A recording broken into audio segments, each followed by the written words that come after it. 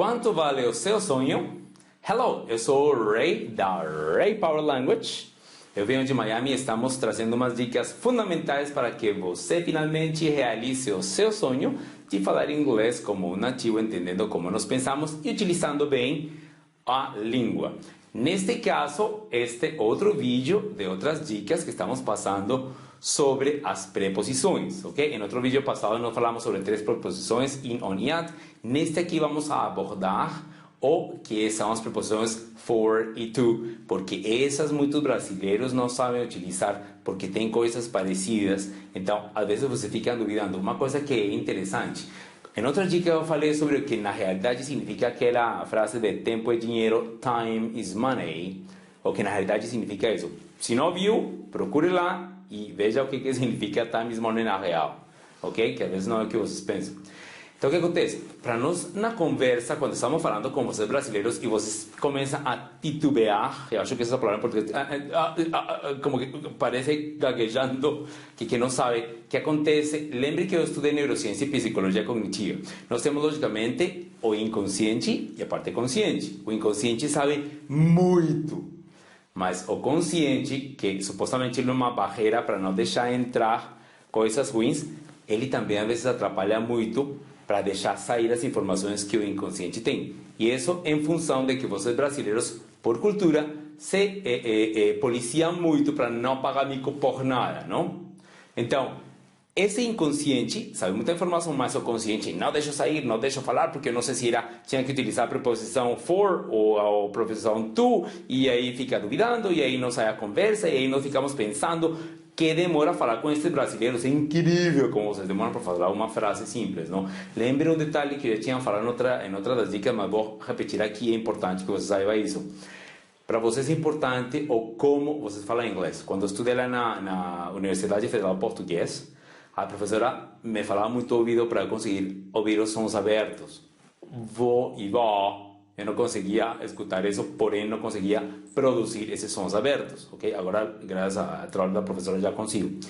Para vocês também acontece esse problema com o for e o to. Vocês duvidam muito, vocês ficam ali e é difícil. Então, o que acontece? Com essas dicas, você aprende bem, aí o consciente vira o seu amigo, porque ele sabe bem em que momento você vai utilizar o for e em que momento você vai utilizar o to, ou as outras dicas que estamos passando aqui, e a sua conversa vai ser uma maravilha e nós vamos adorar falar com você, porque não vai demorar eternidades, como vocês de brasileiro. O for, F-O-R, for, você sabe que geralmente vocês traduzem como para, não? E geralmente, 80% das vezes sim, quando você pensa que ele para, como preposição, e você falar for em inglês, vai estar certo, mais ou menos um 80%.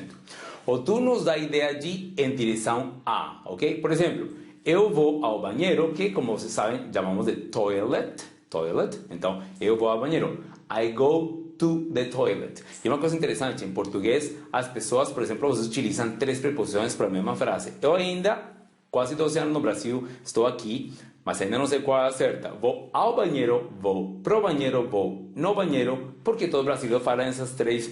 Então, melhor deixamos vou banheiro e pronto. Então, aí esse tu dá a ideia de em direção a, ok? Mas o que acontece? Esse for, além de funcionar como para, ele também funciona como por.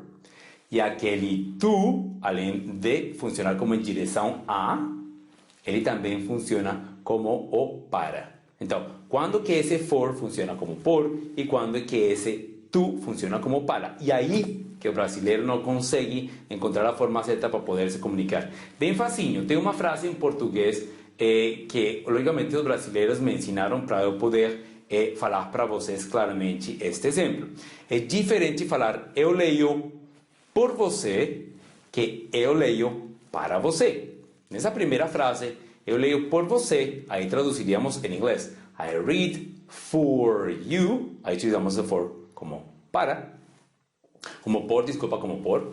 E utilizamos então esse I read to you como para, e utilizamos esto como para, eu leio para você, I read to you, ok? Bem simples, bem facinho, mas esses pequenos detalhes são as pedrinhas, eu chamo de pedrinha no sapato. Você quer ter uma conversa, uma caminhada boa na conversa em inglês, mas um monte de pedrinhas que você tem ali não adianta. Por isso, na Ray Power Language estamos tirando para que você consiga, se quiser correr, se comunicando em inglês.